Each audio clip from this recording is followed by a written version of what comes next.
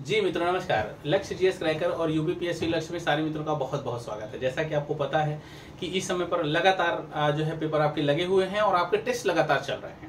Test में बहुत सारी समस्याएं आपको फेस करने को मिल रही हैं।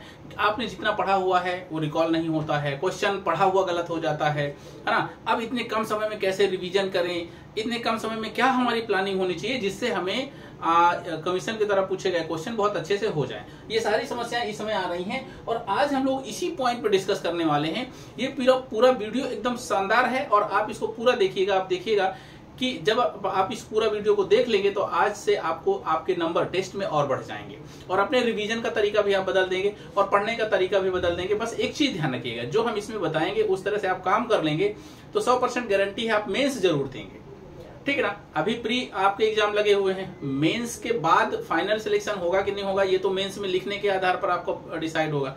लेकिन अभी जो प्री में आपके क्वेश्चन बनते हैं उन क्वेश्चंस को कैसे ज्यादा से ज्यादा आप सही करेंगे वो हम इस वीडियो में बताएंगे और क्या तरीके या क्या क्या समस्याएं होती हैं वो सारी चीजें आपकी जो है यहाँ पर समझ में आएंगी। तो हमारा आज जो हम बताने वाले हैं वो पीसीएस यूपी पीसीएस के लिए और आरओ एआरओ के लिए सफलता तो इसी बार मिलेगी, ठीक है ना। अब ये हमारी जिद है कि सफलता इसी बार मिलेगी, लेकिन कैसे।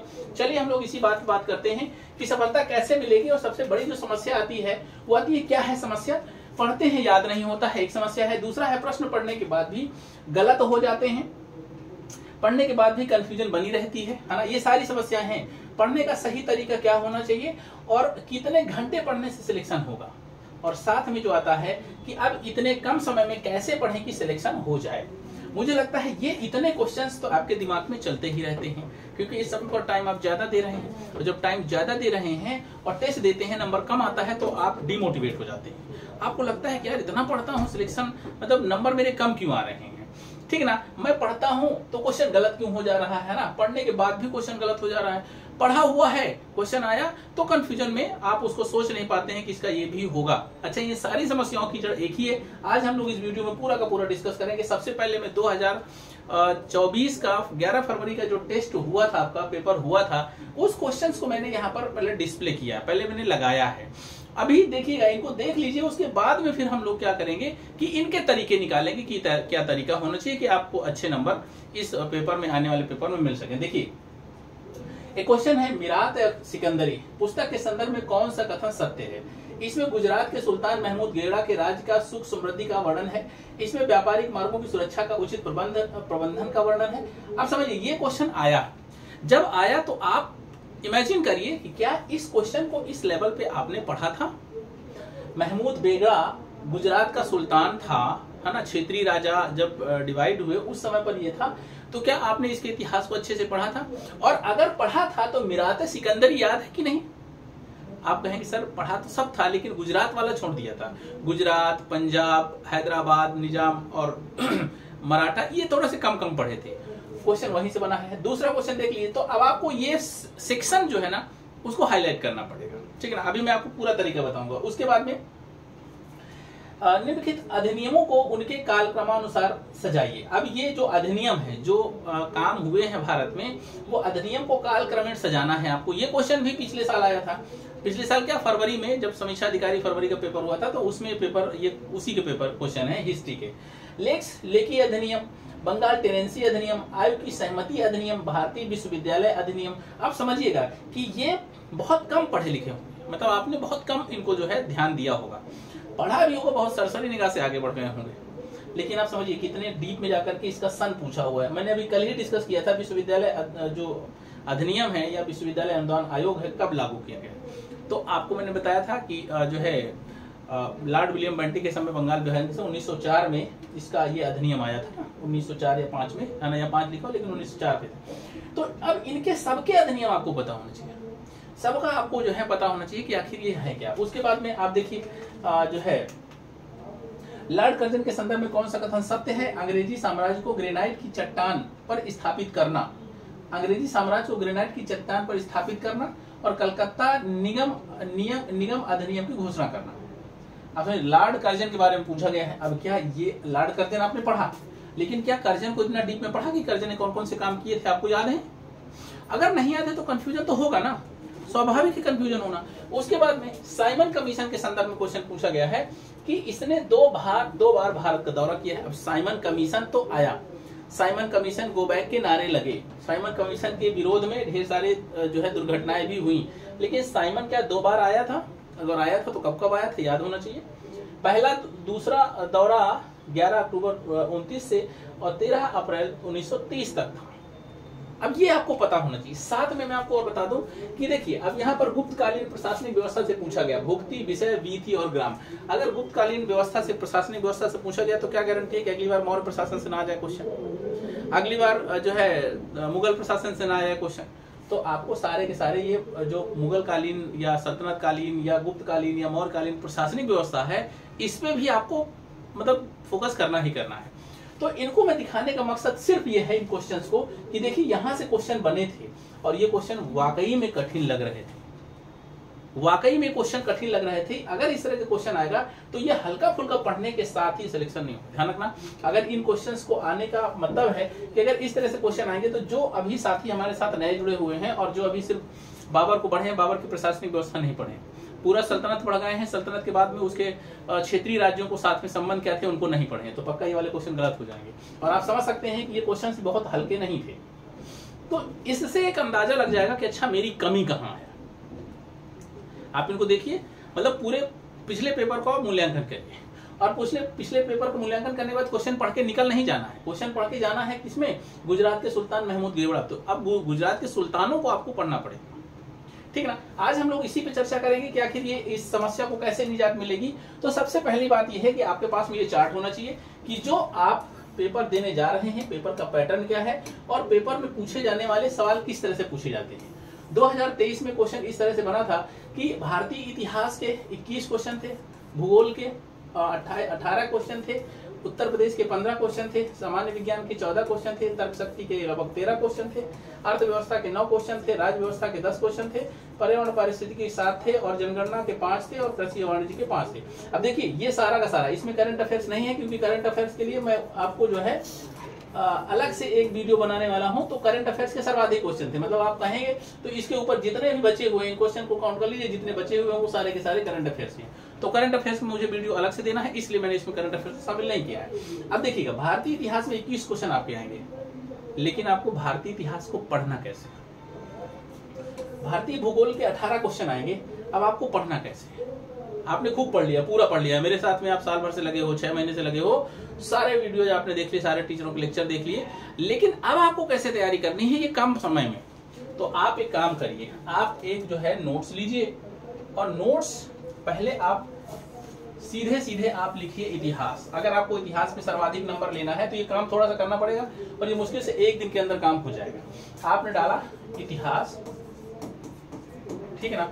अब इतिहास में देखिए कौन कौन से चैप्टर आपने बहुत अच्छे से पढ़ लिए हैं और कौन से चैप्टर हैं अभी छूटे हुए हैं, वो विषय सूची में मिल जाएगा आपके, हमारे इंडेक्स में, जो हमारे नोट्स हैं उनके इंडेक्स में मिल जाएगा।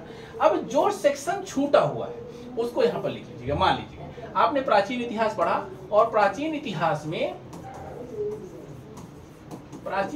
में दक्षिण भारत आपने छोड़ दिया, है ना।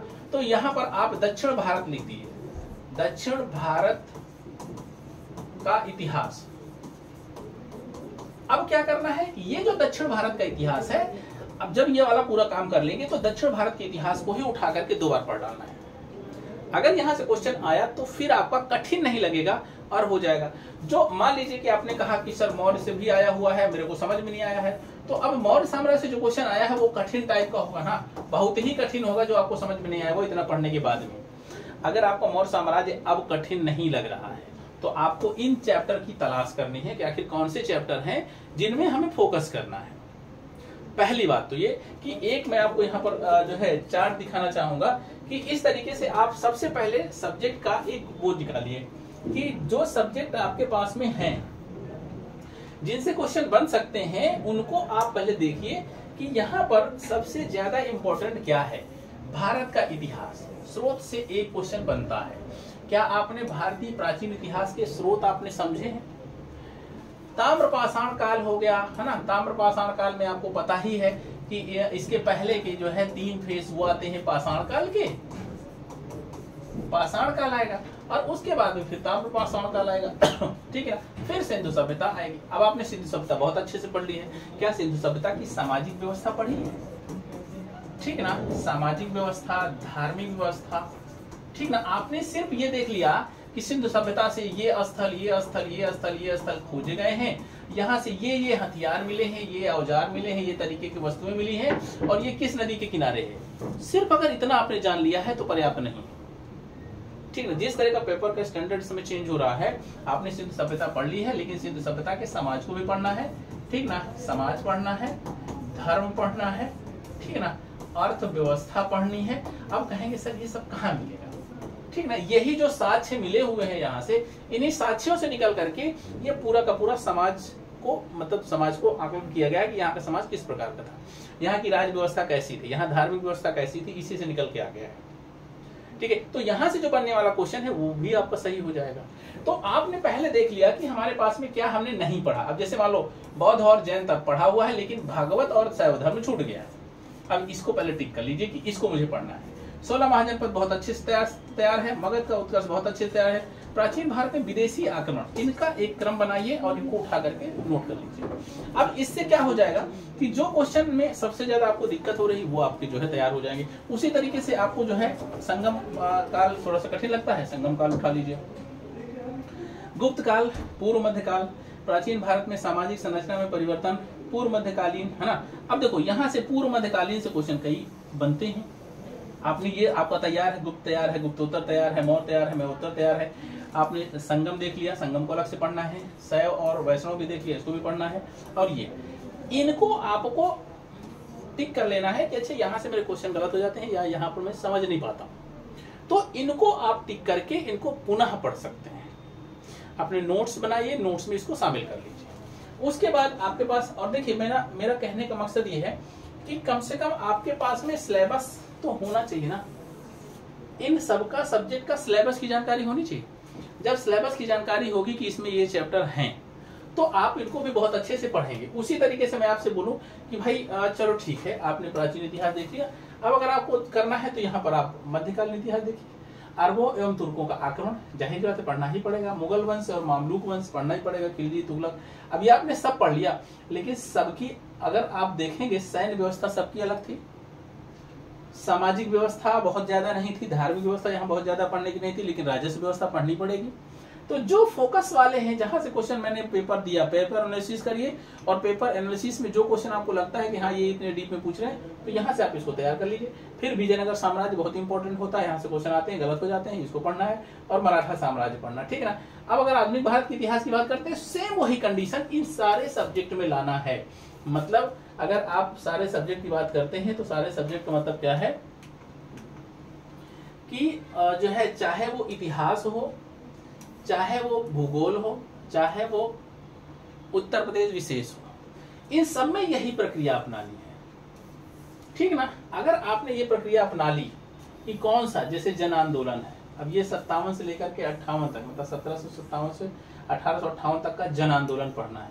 क्वेश्चन यहाँ से आता है, गलत हो जाता है, तो इसे आपको हर हाल में तैयार कर लेना है। भारत में शिक्षा का विकास, अंग्रेजों के समय से लेकर के वर्तमान समय तक का शिक्षा का विकास आपको देख लेना है।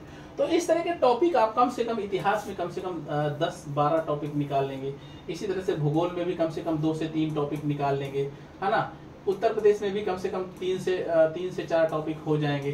तो इस तरीके से जब आप निकाल लेंगे, और अब इन्हीं को पढ़ने का समय आ गया है। जो आते हैं, जैसे मान लीजिए 1857 की क्रांति बहुत बार पढ़ी है, आएगी, क्वेश्चन भी आएगा, लेकिन अब इसको रिवीजन पे ले लीजिए, है ना। ये रिवीजन पे रहेगा, लेकिन इन वालों को आपको फिर और पढ़ना पड़ेगा, ठीक है। तो रिवीजन का तरीका क्या है, आपने पढ़ा, और पढ़ने के बाद में थोड़े समय के लिए आप आंख बंद करिए और फिर सोचिए 1857 की क्रांति क्यों हुई थी, क्या क्या कारण थे, उस समय भारत की कंडीशन क्या थी, तो सारा दिमाग में घूम जाएगा। जब आप इतना कर पाए तो ये मान के चलिए कि आप बहुत बेटर कर रहे हैं, बहुत बेस्ट कर रहे हैं, और आपकी तैयारी बहुत शानदार चल रही है, और आपको सिलेक्शन से कोई नहीं रोक सकता, ठीक ना। जब इतना कर पाएंगे, थोड़ा सा समय जरूर लगेगा, लेकिन आप ये बताइए ना, 10 घंटे आप पढ़ेंगे, और 10 घंटे के बाद में पढ़ने के बाद भी अगर आपका क्वेश्चन नहीं सही होगा, तो पढ़ने से 10 घंटे फायदा क्या है। तो आप 2 घंटे पढ़िए और आधा घंटे आप मनन करिए, चिंतन करिए। इतना आप कर लीजिएगा, और फिर मुझे बताइएगा कि टेस्ट में, अभी कल से आपके टेस्ट में नंबर बढ़ जाएंगे, ये ध्यान रखिएगा, ठीक ना। तो आपको हर हाल में इनको देखना है, समझना है, पढ़ना है, और जो है नंबर अपने बढ़ाने हैं। ज्यादा जानकारी के लिए हमारे ढेर सारे वीडियो इस लक्ष्य लर्निंग ऐप पे पड़े हुए हैं, वहां पे देख सकते हैं और उससे भी आपको बहुत सारी सीख मिल जाएगी। तो आपको सबसे पहले क्या करना है कि अपने सेक्शन, हर एक चैप्टर का, हर एक विषय का वो सेक्शन निकाल लेना है जिस सेक्शन में आपको दिक्कत होती है, जिस सेक्शन से आपके क्वेश्चन गलत होते हैं। और जब उसको निकाल लेंगे और चिंतन मनन करके पढ़ेंगे तो फिर आपका क्वेश्चन गलत नहीं होगा। ये खेल नहीं है, ध्यान रखिएगा, हवाबाजी नहीं है, ये भी ध्यान रखिएगा। इसमें मेहनत करनी पड़ेगी और मेहनत रेगुलर करेंगे और मन लगा के करेंगे तो इसी बार ये परीक्षा आपके जो है निकल जाएगी। ठीक है, तो मुझे लगता है कि वीडियो पसंद आएगा और इस तरह से करेंगे तो आपकी सफलता भी आपके नजदीक रहेगी, है ना। मिलते हैं अगली वीडियो में, तब तक के लिए नमस्कार, जय हिंद।